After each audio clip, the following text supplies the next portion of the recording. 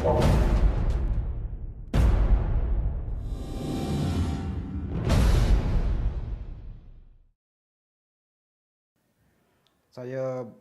nama Apot, anak kepada Saat.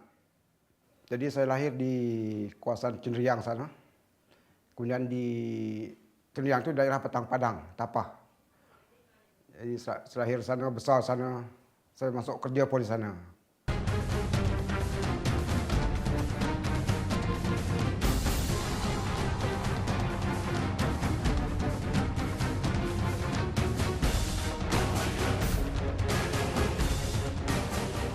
Masa saya kecil, saya ikut bapak saya. Apa yang buat, itulah saya ikut. Kerja hutan, cari hutan sana. Kemudian semua hutan macam petai, buah jering. Kemudian buat tanaman ladang hutan, ladang bukit.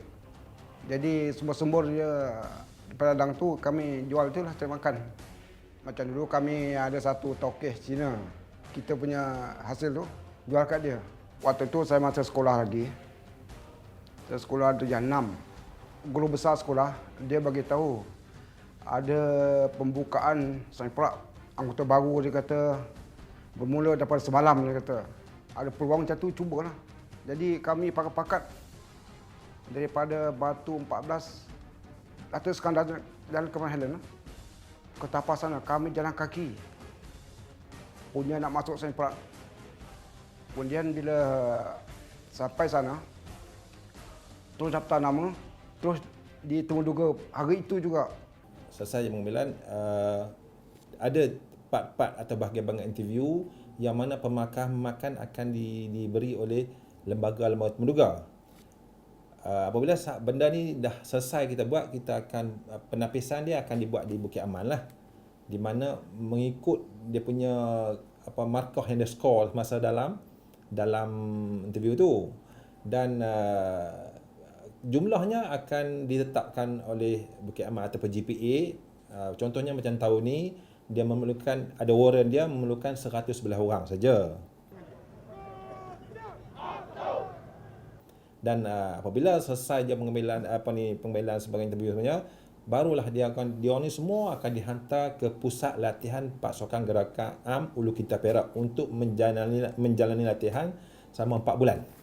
Di mana dalam latihan itu termasuk kawat, termasuk juga undang-undang, termasuk juga poru dan juga termasuk peperangan di hutan. Saya yakinlah kami ini telah berjaya dalam Temuduga semalam tu. Waduh, hari ini pula kami pergi Ipoh, pergi Keroh.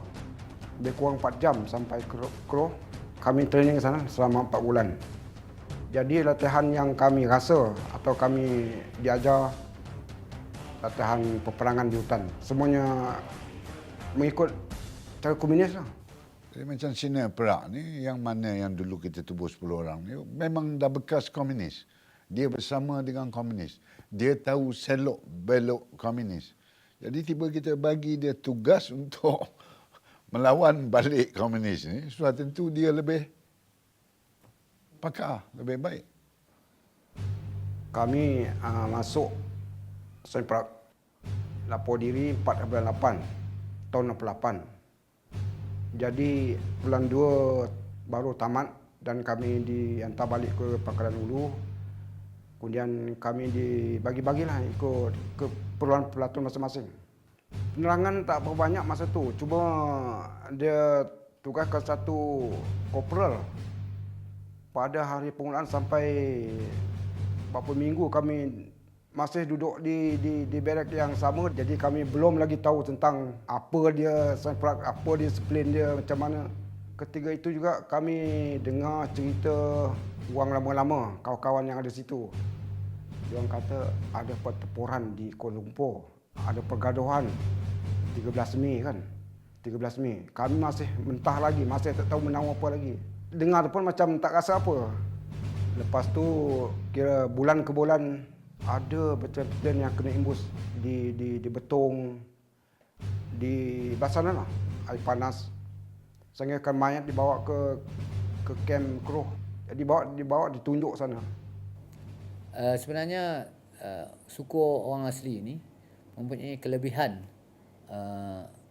deria mereka untuk mengesan jejak musuh di dalam hutan.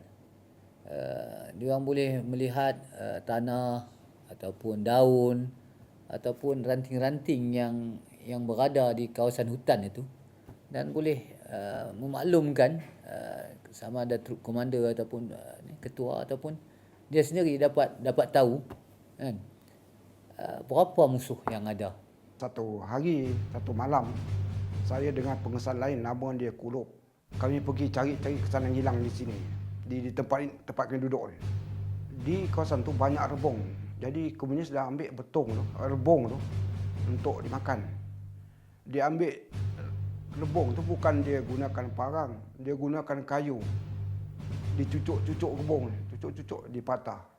Dia tak macam kita macam potong biasa, tak nak cepat je. Dia tak ada. Apa dibuat di komunis semua disiplin. Semua taktik dia.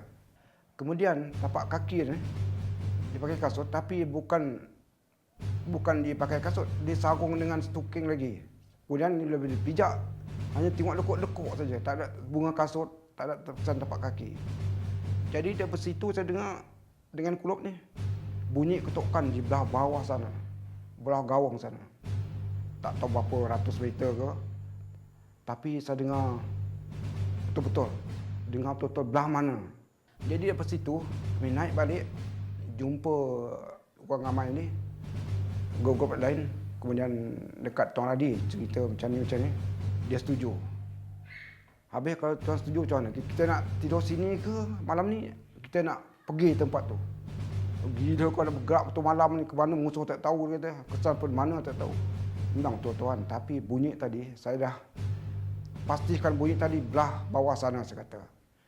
Belah bawah ni, belah kita ni, tak ada bunyi daripada arah lain. Memang situ bunyinya. Jadi kalau tuan setuju, kita nak cuba malam ni. Cuba kita bergerak ke tempat bunyi tersebut. Okey, dia kata, terpelang kau. Jadi pada malam tu, kira nampaknya macam boleh sangat saya ni.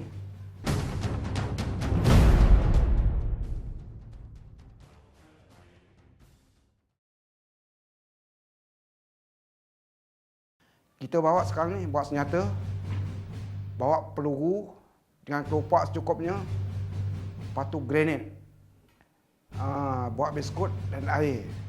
Tunggu pukul 7. Jadi pukul 7 kita mula, saya kata. Jadi saya nombor 1, Tuan nombor 2, Kulub nombor 3, Mat Jantan nombor 4. Hanya kita lah yang nak pergi ke bunyi tersebut. Sampai ke tempat musuh pukul 10. Saya kata kita jalan mengisap. Mengisap macam mana pun. Ikutlah saya duduk. Saya duduk, saya tunjuk. Jadi, saya kata, saya depan, Tuan pegang baju saya, Kulub baju Tuan, Mat Jantan pegang baju Kulub. Jangan lepas, kata. Kalau lepas kan, memang susah kita nak rabur-rabur tengah malam, susah. Dalam pukul 11.30, kami baru nampak dia punya cahaya lilin. Itu betul lah, saya kata tadi. Memang musuh. Dia memalam sini, base di sini. Jadi kami perhati pergerakan musuh pada malam tu sehingga pukul 12. Baru dia pasang api besar-besar. Dia tak pasang siang. Siang ni tak mau. Asap dia nampak. Dia masak makanan pada waktu malam. Kami duduk situ sampai duduk situ sampai serang pagi besok. Pasal apa? Kita tak boleh nak balik. Bukan tahu jalan datang dari mana. Jadi mau tak mau kami terpaksa bermalam dengan musuh tu. Sampai pagi, sampai pukul 6 pagi. Jadi untuk pergerakan musuh pada masa itu, pukul 3 pagi dia dah bangun. Dia bangun, dia masak. Pukul 6 baru dia minum. Dia lepas tentu, dia orang berkumpul semula. Tapi bukan di base yang kami cakap 2 meter tadi. Bukan. Base memang duduk base tu. Dia tidur situ. Tapi pasal masak tu, dia turun ke bawah. Sebab api dia, dapur dia, jauh pada habis dia pasang. Jadi, saya serah pada Tuan Radi. Siapa nampak agak-agak dia boleh bunuh, tembak, dia kata. Tak kira siapa. Itu satu. Kedua, dia kata, kalau musuh nampak kita, jangan biar, dia kata. Kalau nampak kita dah kat senjata, kita tembak dulu. Ketiga, kalau musuh datang ke depan kita, tembak, dia kata. Itu je 3 arahan. Jadi yang komunis tadi, macam mana daripada saya pula nampak. Dia duduk, 2 orang perempuan. Duduk yang satu tinggi duduk bawah yang rendah belah atas. Oh, jadi saya nampak tu. Nampak bagi, dia kata. Kalau saya tembak, yang lain semua buka safe senjata kan. Buka safe, burst. Mana kalau tembak, pam, lari tembak.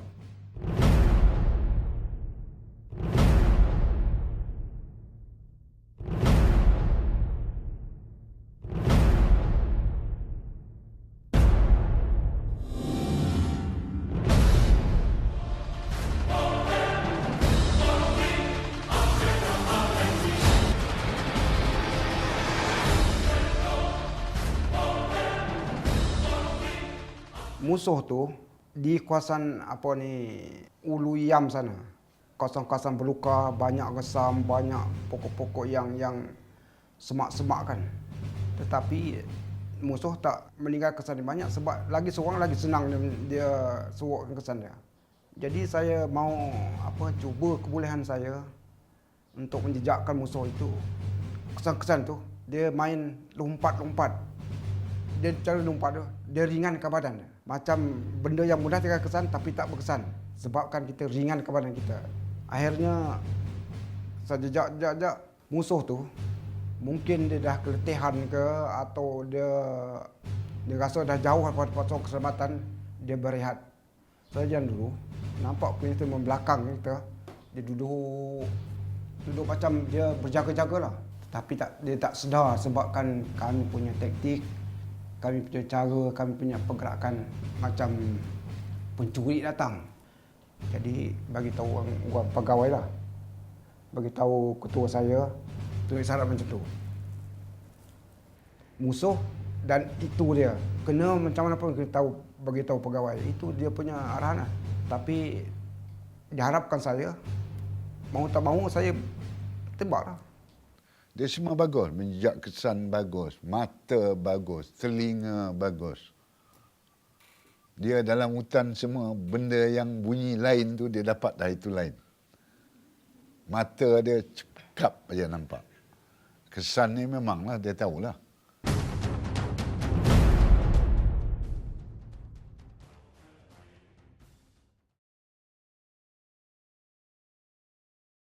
Masa saya masuk, umur saya hampir 20 tahun. Sebenarnya saya 15 kali bertempur. Tapi yang saya dapat bunuh 5 orang komunis. Selebihnya kawan-kawan saya. Macam penjejakan kita buat. Sehingga berjumpa dengan kemah musuh dan dengan musuh. Kemudian pegawai tembak. Sebab kita tak main rebut-rebut, tak main tamak. Kita ada arahan. Kita ada ketua kan. Selain daripada itu, ada juga kawan saya sendiri. Dia dapat bunuh musuh tapi atas penjejakan saya. Pada mulanya saya rasa dia orang pun tak yakin agaknya. Dan saya pun juga tak berani nak kata saya boleh. Sebab kita dengan musuh kita ni, gerila misalkan, komunis ni, dia main banyak menyuruh, banyak sembunyikan diri. Jadi macam mana nak tunjukkan kesan dia? Sedangkan kesan dia, hendak orang yang betul pakar baru dia boleh tahu yang komunis ni berada di mana. Dia semasa di Sinai Perak sebelum dia masuk 69, dia ni memang pun kita tahu dia bagus. Dia telah dimasukkan di dalam Tiger Platoon masa tu. Kita ada Tiger Platoon kita panggil, satu pasukan yang bagus. Jadi dia adalah daripada pasukan Tiger Platoon. Jadi dia ni tiba 69 minta anggota Sinai Perak siapa yang nak masuk 69 kita bagi basport ni. Pengesan tu, siapa yang diarahkan, dia sebab duduk barisan hadapan. Macam saya ni selalu mengesan duduk barisan hadapan. Kalau nak kena tembak pun saya. Kalau nak kena beri trap pun saya. Tapi saya ni kira nasib baik lah. Jadi itu atas pada pengesan tu sendiri. Kalau pengesan tu cuai, pengesan tu lalai, pengesan tu lemah, pengesan tu tidak berapa baik, tak berapa mahir, kemungkinan pengesan juga dah mati. Kita mau berani, kemudian kita mau semangat juang kita. Kemudian kita patuh pada arahan. Dan ingat apa iklan yang kita baca sewaktu dulu. Saya rasa Sdn Perak ni tidak lebih pada pelindung orang asli kampung di pos-pos tersebut. Mengawal, menjaga dia orang. Petempur tak kira lah. Kalau tempur kriminal tak kira. Pasal kalau dia kacau kita, kita kacau dia. Mesti bertembak punya kan. Jadi saya rasa itulah. Tapi dari bulan ke bulan juga saya rasa fungsi tugas Sdn Perak ni ialah semakin mencabar, semakin kuat, semakin diperlukan. Sebab kemudian masa itu masih banyak lagi. Masih memerlukan kepakaran, masih memerlukan orang-orang yang tahu seluk-beluk hutan, dalam hutan. Kerjaan itu datang daripada pengalaman. Mula-mula gagal, memang banyak gagal. Tapi daripada kegagalan itu saya belajar sendiri. Barulah saya dapat kemahiran mengesan musuh. Seorang pengesan ni, dia hendaklah mempunyai panca indera yang tinggi. Cik Apot tu salah seorang pada guru trekking saya lah. Dan memang bila bersama dia, kan, kita merasakan memang seolah-olah macam kita ni budak yang baru belajar ABC. Cik Apot ni memang kita anggap sebagai grandmaster lah, sipu lah. Jadi saya kebanyakan saya tak simpan dan juga tak suruh, tidak pun saya tak pernah ajar lebih kurang je, sebab anggota tu anggota kita sendiri juga untuk 69. Jadi buat apa kita sayang kemahiran yang ada, kita bagi kepada orang. Luar negara pendatang belajar mengesan dengan saya, New Zealand, Australia. Sebab itu askar New Zealand dia panggil saya Big Nose Tracker. Cik Apot ni memang pakar trekking. Dia boleh mengesan dan jasa-jasa dia pun banyak. Saya rasa pemilihan Pak Cik tak salah dah 9 anggota komunis. Tangan dia sendiri tembak pasal dia jalan depan. Dia dulu. Orang lain memang susah nak dapat. Dan pihak musuh pun susah nak mengesan dia. Kedatangan dia tu, orang tak sedar punya. Daripada ketabahan hati dia, kesabaran hati dia, dia bekerja pun sungguh-sungguhlah.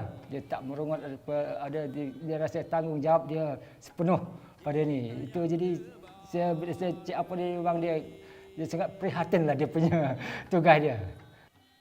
Apot saya tengok peribadi dia kira anak saudara lah. Cukup bagus, tak ada apa. Dia dengar Apot ni dia dengar cakap kita je gitu ni semua. Tengok selalu telefon dengan saya. Dia kerja dia tu di satu dia kerja itu saja. Kau dia ikut dia. Kau ada berlaku apa pun ke dalam hutan pun dia kata tak boleh lah, kata boleh lah. Dia macam tu. Tapi bagi saya Apot itu ialah orang yang mengajar saya erti seorang pahlawan yang dapat mengalahkan hawa nafsu dia. Bukan orang yang membesarkan diri, bangga diri, sombong kan, dengan jasa-jasa yang telah disumbangkan. Kan. Saya banyak bergaul dengan orang-orang yang pemegang-pemegang pingat ni kan. Kadang-kadang bila mereka tanya, apa yang kami dapat? Kami pegang pingat Seri Pahlawan Gagah Berani, kami pegang pingat PGB, kan? Apa yang kami dapat atas ni? Kami tak diberikan pangkat, kami tak diberikan apa-apa pengiktirafan lagi. Tetapi orang yang dah berjasa tak dapat pingat, yang berjasa lebih pada pemegang-pemegang pingat ni, kan? Tak minta apa-apa. Pingat pun tak dapat. Kita jangan ingat kita ni itu boleh, ini boleh, apa serba boleh. Sebenarnya ada kekurangan juga pada diri kita lah kan. Macam saya pun cerita bukan tentang mengesan. Mungkin ada orang lain lebih pada saya. Yang mana berkhidmat di dalam unit Sdn Perak ni telah menentang musuh dan berpeperangan, melibatkan diri dalam gerakan insurgensi, sama ada sebelum kemerdekaan ataupun selepas. Mereka ini telah berjasa dalam arti kata itu menentang dan membunuh musuh. Peringatan saya itu ialah untuk negara sebenarnya. Padahal mulanya tidak tahu untuk apa. Saya ingat masuk cari duit je.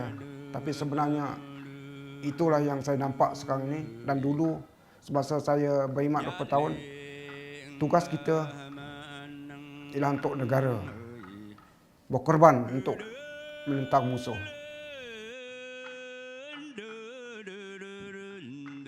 Di sini saya mau cakap atau berpesan kepada kawan-kawan, sama ada yang masih berkhidmat ataupun yang sudah bersara daripada pasukan keselamatan.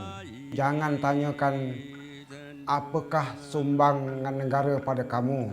Sebaliknya, kamu harus tanya apakah sumbangan kamu pada negara. Dia bagi dia berjuang untuk bangsa, untuk negara dia. Ya, bukan untuk diri pribadi.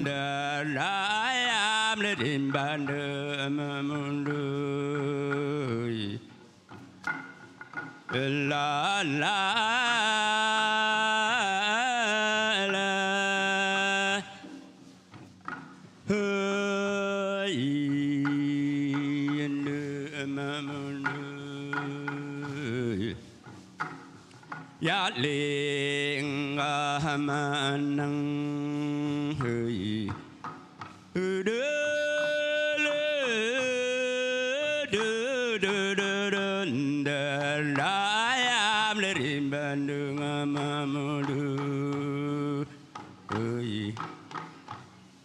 la la la